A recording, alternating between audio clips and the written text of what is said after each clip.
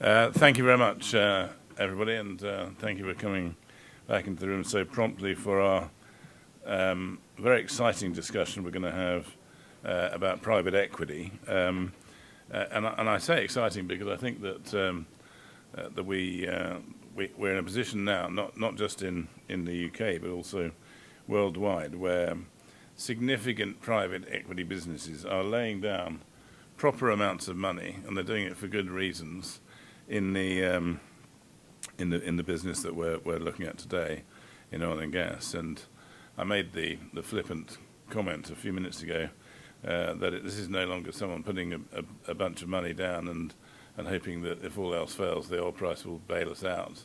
More, it's very sophisticated, looking at very different geographies, and we're talking about, as I said, significant amounts of money. What I'd like to do in terms of moderating this panel is to say to each of my panels is to introduce themselves, take a few minutes to tell us about themselves. I'm fortunate enough to know most of the panel here, but to tell you guys in the room who they are and, if necessary, who their backers are, and the parameters of their investments, and where they're going to be looking in the future. Then we'll take questions from the room about individually or all together. I tend to prefer a question get answered by most people so that we can hear the different views from a question. If necessary, I'll sort of creep one or two things into the process. But why don't we start at the far end? James, tell us a little bit about yourself and the business and what money you're putting down. Okay. Thanks, Malcolm.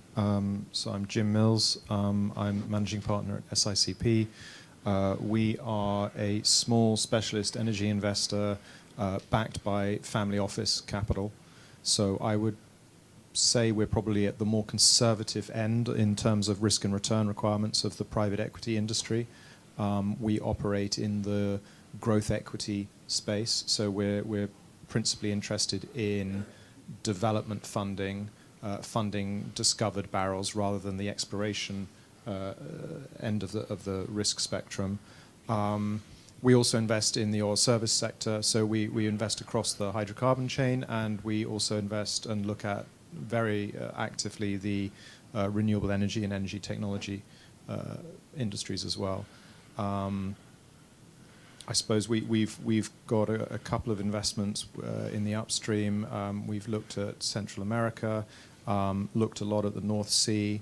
I think from our perspective, the key issues we have to deal with is country risk.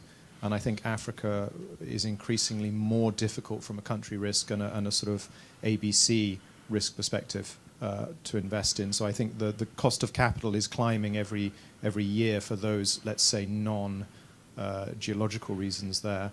And the other key thing is that our families have made their money in industrial operating businesses, and they want to reinvest their capital in cash-flowing, cash-returning industrial operating businesses. Our families are a mixture of Middle Eastern, shipping, Scandinavian, Swiss families. And so for us, when we look at a proposal, the key question is, at what point will we see cash being returned to the owners of the business? And I think maybe my final sort of thought to start with is I think we are beginning to see the world of small cap listed and private energy companies in the upstream beginning to converge a bit. And I think having someone like Peter Levine stand up and say, I may be listed, but I own a third of this company and I've put $50 million in and I need to see cash come out to me as an owner at some point. I think that is exactly how we look at businesses. So we're looking for assets that are cash generative and have good economics, and where we can provide enough funding that the business becomes self-sustaining and we can earn a return on that for our families. Excellent. Thank you very much. James? Morning, everybody. I'm James Rigg from the technical team at Kerrigan Capital, and I guess that's sort of the first differentiator Kerrigan feel we have. So we have a technical team in-house, 5 individuals, so we really feel like we understand the rocks in which we're investing. and it's a key differentiator for us. And I guess to follow on from what Jim just said, we are very focused on the dollars we're putting into a company and seeing a return, seeing the sort of returns that we expect. And so Kerogen has $2 billion under management, so over 2 funds. Fund 1 closed in 2011, Fund 2 last year, and we're currently deploying in that Fund 2. Fund 1 was slightly more exotic geographies, so sort of sub-Saharan Africa, Papua New Guinea, but then also invested in Quadrilla and a couple of other companies. And then Fund 2 has tended to be more OECD focused, because we now feel like we can get the sort of returns we're looking for and we desire from those geographies, which is, I guess, a key way in which we sort of saw the industry changing, and that's why we've invested in those geographies. But who knows where the industry will go in the future and where Kerogen will continue to invest. Thank you very much. Alan? Yeah, my name's Alan Steen. I'm here wearing 2 hats, really, as the CEO of Kalima Energy, but also as one of the founding partners of Havoc Partners, which is a group of 5 geoscientists. We've all been working together for 16 years. We were the founders of Fusion Oil and Gas and Ophir Energy. And Havoc Partners is an investment group where we've been investing in a variety of projects and in sectors around the world, mostly oil and gas, but not exclusively. We've also done precious and base metals and also helium. And Kalima Energy is, in effect, the very essence of our investment philosophy, where we have decided it's the right time in the cycle to leverage up.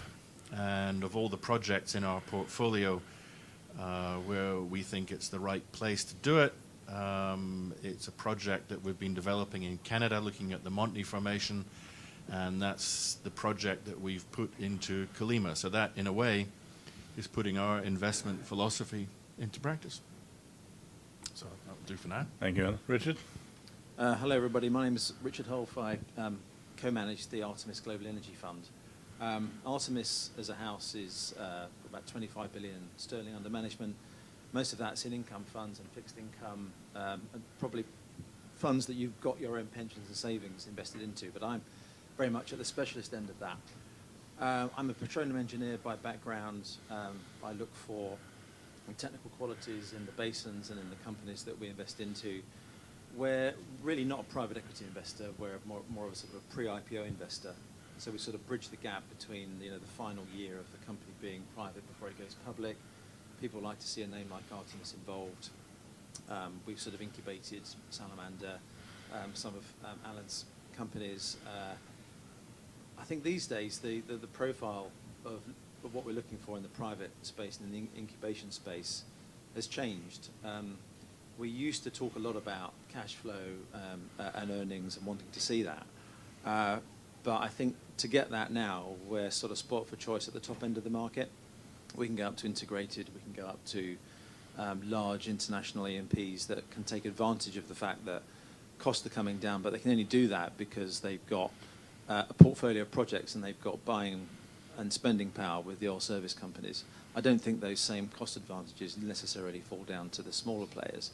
So what we really look for are the people that are pioneering, that are opening up basins, probably where we were 10 or 15 years ago, in looking for the explorers that are going to take the place or have started soaking up the sorts of individuals that were the pioneers at the integrated oil companies, that since integrated oil companies have stopped spending money on exploration, those people have gone somewhere and they've gone back into this space. So we're looking for those teams that can do the work for integrated oil, that integrated oil will come and farm into, and they can start the process again. So we've sort of gone back to basics. Thank you very much. Sam?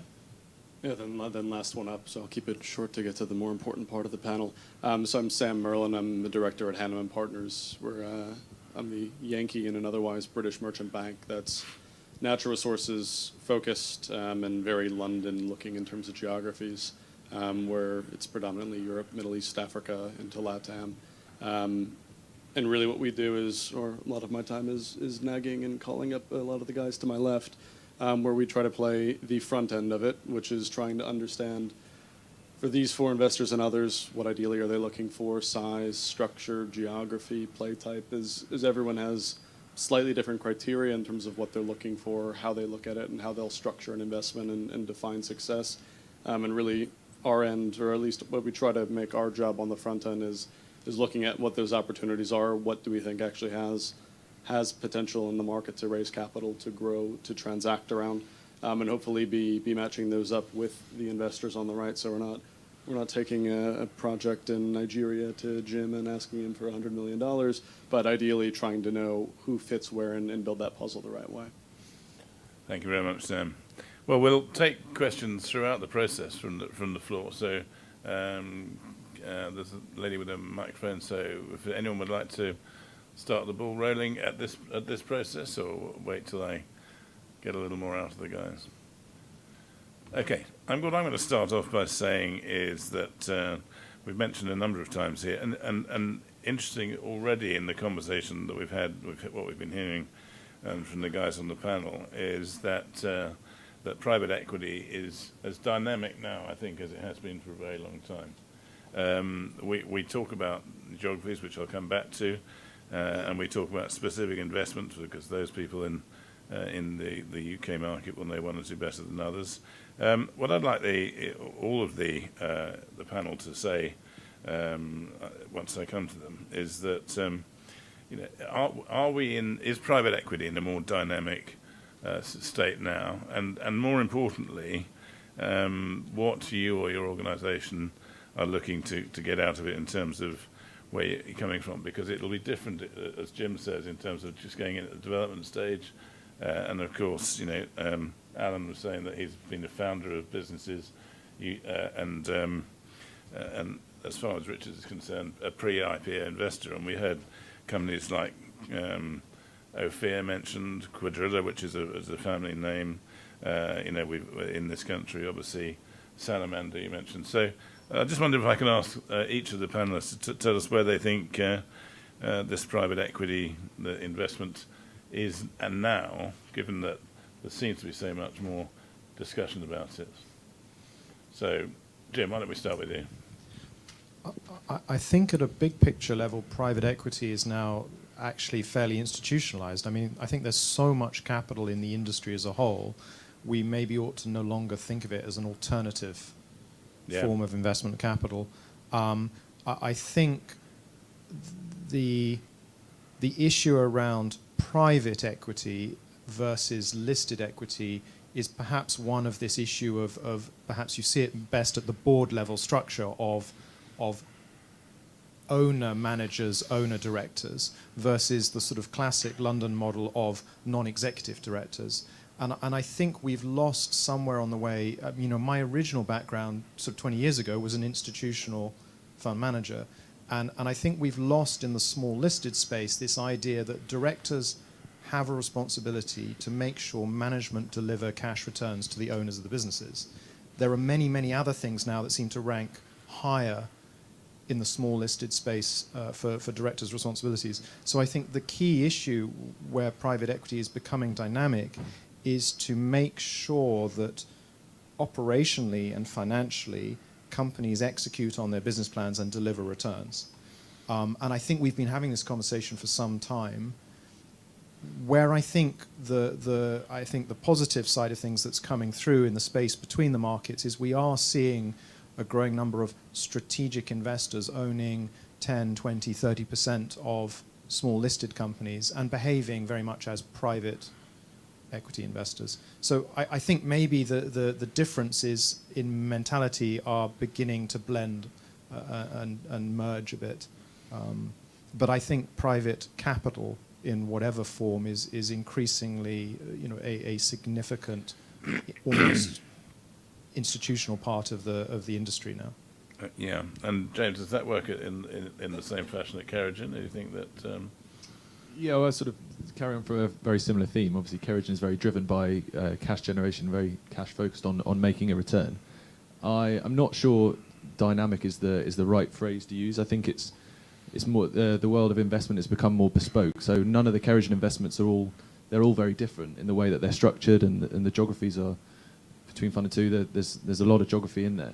So we've got sort of the discussion sort of got fairly bogged down this morning in kind of what's the oil price going to be. I think we know that now it sort of feels like it's hit a trend, and we know what it's going to be for a while now, certainly sort of the next 1, 2, 3 years. And actually now we feel like we can invest. It's easier to invest because there's less volatility. We had a lot of volatility for 2 years, and we've hit a more efficient stage in the industry. I mean, costs are down, and we're now seeing that investment pick up again because there's less volatility, and because companies are now able to make greater returns. And the margins are better because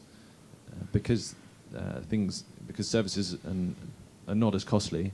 So, I mean, the Kerogen break-even price, the weighted break-even is roughly $20 per BOE. So, we are investing in these projects that are low cost, have a large resource, and we're able to make these returns because we're not completely reliant. We're not really reliant at all on oil price. If there's an oil price uptick, then that's great, but we're not reliant on that to make our returns. And Alan, tell me, with Havoc and Kalima, how does that outspin to you? Well, I think I'll just offer an observation, because we've seen private equity become a lot more dynamic. In fact, to use a distinction James made, the distinction between private equity and private capital. Private equity, we've seen in recent years, become quite a formulaic model of take a management team, give them the recipe book, give them a remuneration structure, and we'll deploy capital in the space. And with a few exceptions, I don't think that's been terribly successful. And so I think private equity has evolved to become a lot more flexible by necessity. And that does make it a lot more interesting. So, Richard, how do you feel about that in the pre-IPO space? I think, let me just imagine I'm a private equity investor, although as I said, I'm not a pure private equity investor, and just think about what the whole process is about. It's about putting $1 into something, probably having the ability to leave it for longer, and getting $10 back. So the question you have to ask yourself as a private equity investor is, how am I going to do that? Well, you're either going to be looking at a trade sale, or you're going to be IPOing the business. I can talk with a bit of experience about IPOing the business. 10 years ago, there was demand for small E&Ps that would grow. They were riding on the back of an ever-rising oil price. It was the golden era of AIM oil and gas. But those days have gone. I mean, most generalist fund managers are even underweight in the integrated oil companies by 10 to 15%. It's a hated sector. So if it's hard to sell a public equity of that quality to a generalist investor, imagine the difficulties that you've got as a tiny, small E&P company. So I guess what I'm saying is the IPO market is going to be quite tricky as a way of getting an exit. So I'm probably not going to be relying upon that.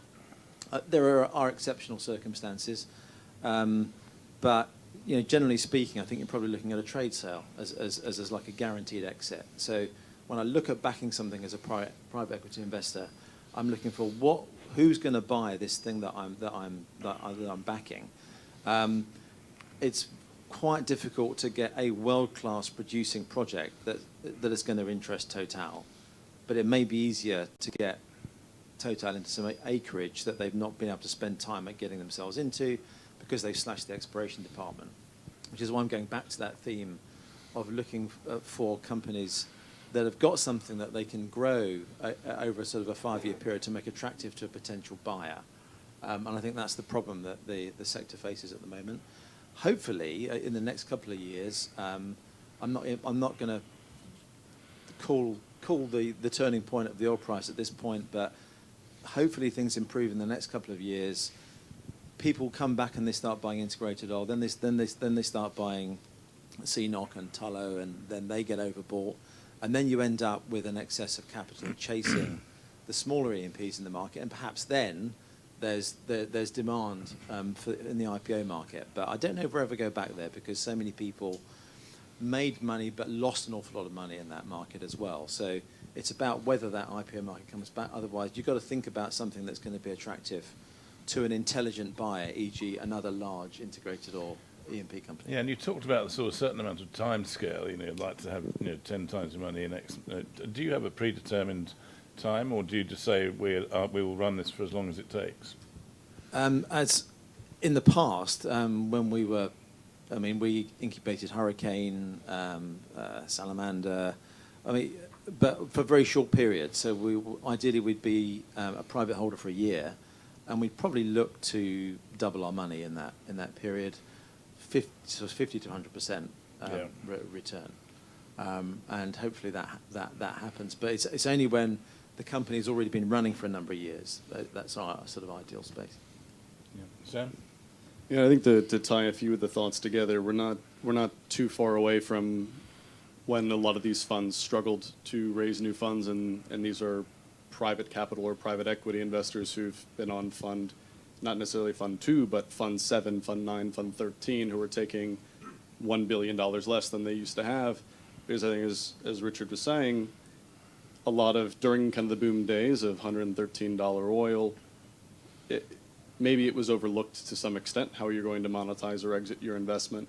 And I think it circles all the way back through to now with your LPs starting to pressure a bit more on what rates of return are, what management incentives are, what the fund incentives are, and the underlying performance, where I think it actually blends well with what Kerogen's doing. I think they're probably one of the most noteworthy in the market right now, and looking at how you do different investments when they put a slug into Hurricane, which up until that point no one thought was going to be funded.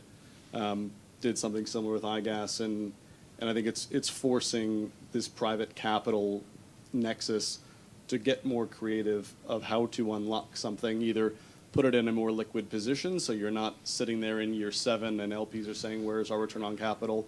And maybe there's not a buyer.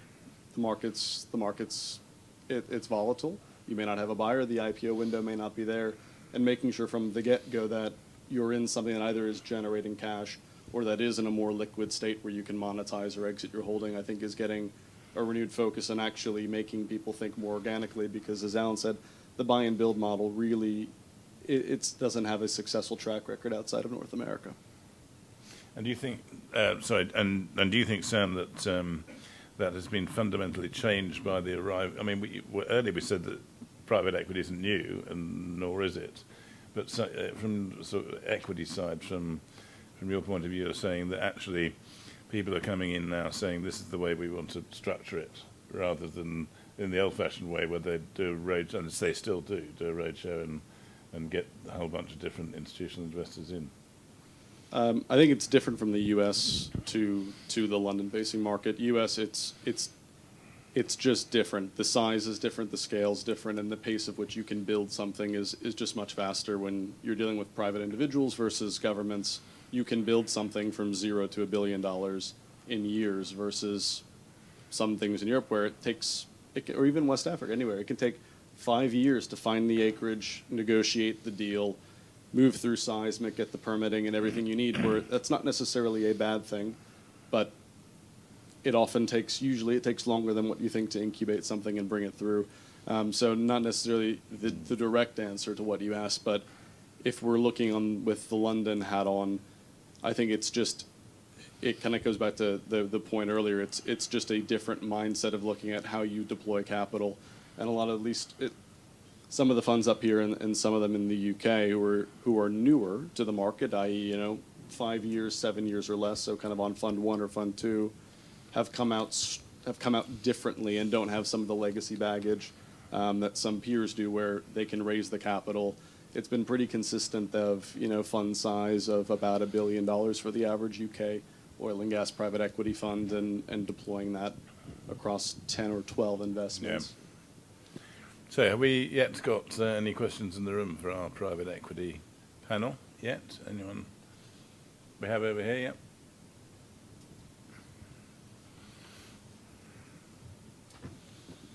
yet? Hello, my name is Bob Lambert. I'm here representing Jadestone. I do apologize if I'm going to ask a question that might have been asked before I entered the room, because I've only just come in a few minutes ago. But I was particularly interested in what Richard and then subsequently Sam has been saying about North America.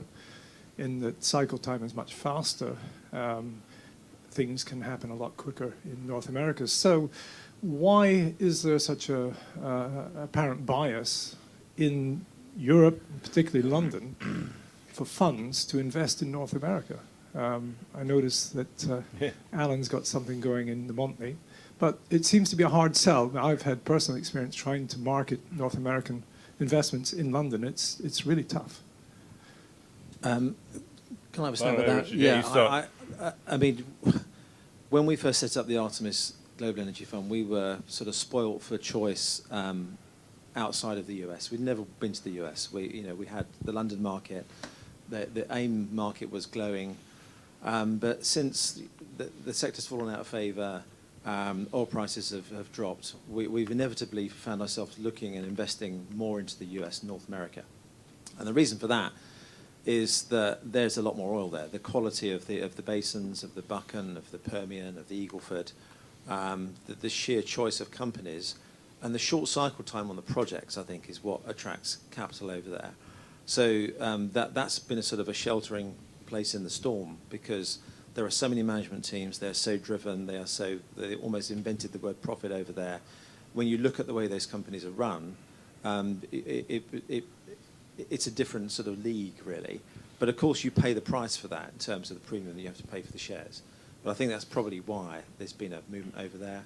And of course, in what I say, it's obvious that it's the US shale play and the short cycle time of that, which I think is actually coming unravelled slightly at the moment in terms of companies talking about target returns on capital, but will they ever get there? Because it's just like sucking up cash constantly. But because there's been so much enthusiasm amongst US investors to chase the US plays, which they're notoriously domestic in their investment outlook. People like Encana and Noble and others are selling off assets to buy up more onshore. It's also backed by hugely positive sentiment as well. So it's a sort of like a bit of has been a no-brainer. Yeah, if I can add on to that, I think that you're starting to have the tide shift a little bit, because if you look at the macro, what's different in the U.S. besides the basin, the size, the scale, you can own the infrastructure. There's a midstream business all the way down to the bottom end. So not only is your starting size bigger, you've got that equal amount from the exploration side, the services, the midstream, the downstream. So the pool is massive.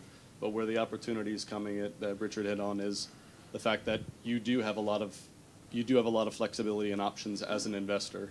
But that also means that there's a long list of people competing for that same dollar, and the returns are starting to get pinched, where you're seeing midstream infrastructure, pipelines, even power plants, people will bid at and buy it at high single rate IRRs, which some people are comfortable to take if you've got long-term tolling deals. 8% in the US may be fine, but 8% for some investors doesn't move the needle. It doesn't make them their profit or get them the hurdle they want. I think now where for about a period of 4 years you couldn't talk to, even if they had a London office, a lot of those big investors on anything that was outside the US, because they could really pick up anything they want, and it was minimum $250 million investment. Where now, because the competition's getting high, and I think the returns are also coming down, and you're starting to see some question marks, or at least questions being asked, whether it's substantiated or not, where in the past 4 years it never was before. People are starting to look internationally. The challenge then is finding what the right opportunity is for that investor, making sure it's the right size and scale, and really the risk threshold needs to have obviously some premium to the US, which is what brings the higher return, but manageable enough for them that they don't kind of get their foot stomped on when they ask their IC for capital in a country that's not West Texas. But I think that change is starting to happen now. Jim, you've got I think that we should be very scared as non-US shale investors by what's happening there, but we should also actually be very excited by it. So I have a lot of sympathy for the feeling that maybe there's a bit of emperor's new clothes going on, but I also think we dismiss the rate of change and the voracious profit motive and cost down manufacturing mentality of what's happening in shale at our peril. in the sort of London international E&P sector. I think the changes that are happening in the US on drilling technologies, on subsurface technologies, on completions are relentless and extraordinary. So that, on the one hand, is a sort of terrible cost of capital competitor to what we maybe try and do outside.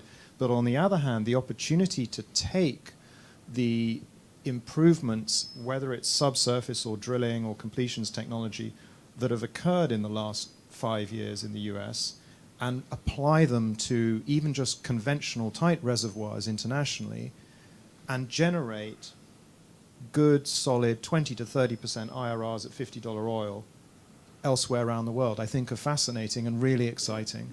And I think that's what it's about. It's about taking resource and generating a high return on capital by applying technology to it efficiently, and not drilling,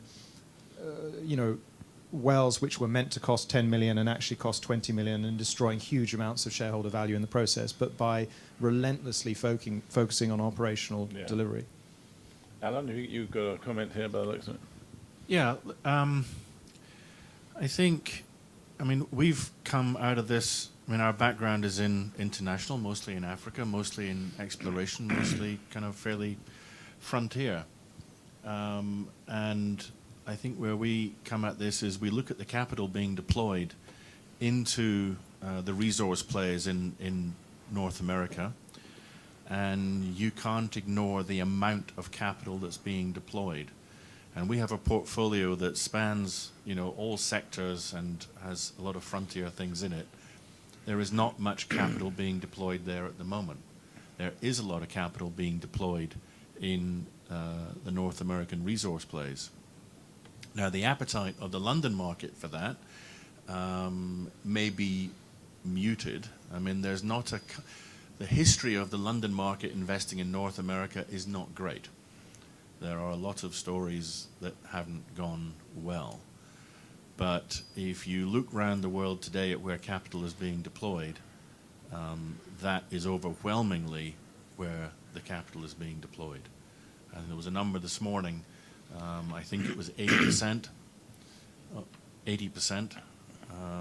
of upstream capital being deployed into that play. Not getting much of it. So I think you ignore it at your peril. Exactly. Would be my... James? Yeah, I think from a technical perspective, I think it's sort of fairly simple. It all comes down to the idea of risk, and a lot of the capital is coming from the US, and they're deploying it in the US because it feels safe, they understand the space, it's sort of their backyard, and it's very easy to deploy capital there. It's something that I have to deal with on a daily basis, and Kerogen do, is trying to sort of understand and explain the concept of technical risk versus sort of commercial risk, investment risk. And there's still a bit of a delta between sort of technical and commercial. People sometimes sort of struggle to understand that, and it's just sort of same as what the rest of the panel have said. There's a lot of capital being deployed there, not much coming to London, unfortunately. Thank you. Any further questions over here? The point that you made there, James, was interesting, and it was what Jim and I were talking about before. Actually, is that it's between the industry specialists and the commercial and so on. And I noticed that almost all of you guys are industry trained, aren't you? Geologists, geophysicists. Do you think that is? Obviously, it's a mandatory for the businesses you're in. But if you're trying to make the money, are you trying to combine that with the Alan, you've probably got the best idea, but in the sense that because of your history, you said right out front, we're a bunch of geophysicists who started this process. Is that the requirement to make money in private equity now? Yes. And James, you said that you found it difficult to square it with the commercial people. How does that? Well, apart from the commercial people at Kerogen, obviously they're great at understanding risk. But I guess Hurricane is a fairly good example, and certainly Malcolm, I know you're a big advocate of the company itself. Great resource, and it just technically, to understand it, you've got to get your head around a couple of things. But then once you do that, you realise there's a great resource. You add risk on top of risk to that resource, and it's still large enough to make a return, no matter how small you sort of take it. And I think a lot of sort of commercial people struggle to understand that, and there's often a disconnect there. And certainly, as I mentioned very early on, that's the Kerogen differentiator. I feel, and why I love working there is because they have a technical team in-house, and we understand the rocks that we're investing in. Jim, you've got something. I'm the fraud on the podium here because I'm a historian by training. So what do I know about oil and gas? I think the problem is, I think having great technical expertise helps us find and invest in good assets, in good rocks. And my God, the London E&P market in the last 25 years has been offered some really rubbish rocks, and fraudulently, I think so in many cases. But I do think one also has to look and say, for example, West Africa, East Africa, I couldn't care less if you have 5 Ts, 10 Ts, 20 Ts. It's worthless unless you have a contract to commercialize that gas within some kind of investable horizon that gives you an NPV today on a cost of capital that makes sense. So at some point, even if you have the technical issues sorted, you have to look at what your ultimate commercial cash generative NPV number is for those molecules. And I think, there was an earlier discussion today about FLNG, and I think we're at the point where maybe FLNG really, really makes half a T to 3 Ts commercial no matter where it is. I'm not sure we're quite there yet in terms of seeing these process plants operating.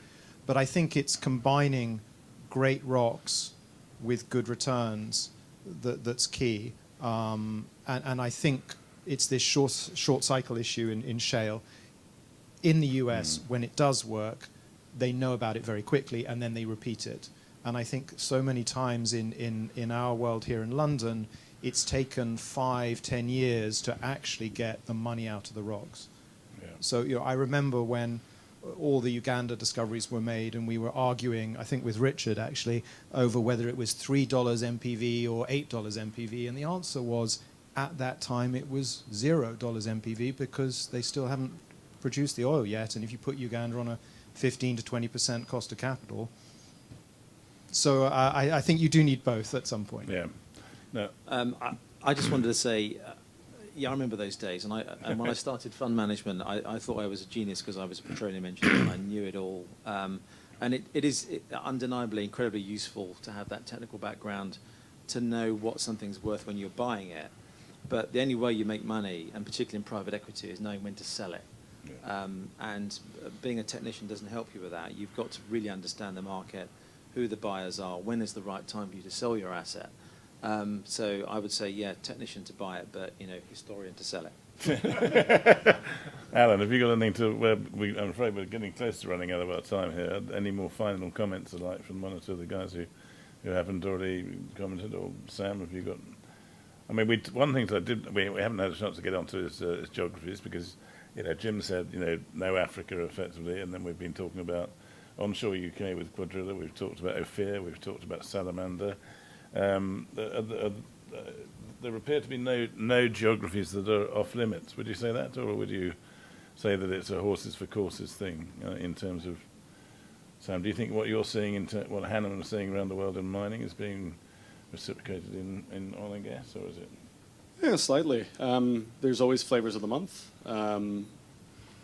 I think the macro, if you could put it together, is known petroleum provinces, either onshore or low-cost offshore, is going to tick and tick with a resource size big enough that you can make a big discovery or you can sell it. So where that's driving people to now, you see incredible amounts of money and bids going into Mexico, Brazil, LATAM in general, because resource is nice. It's mostly onshore.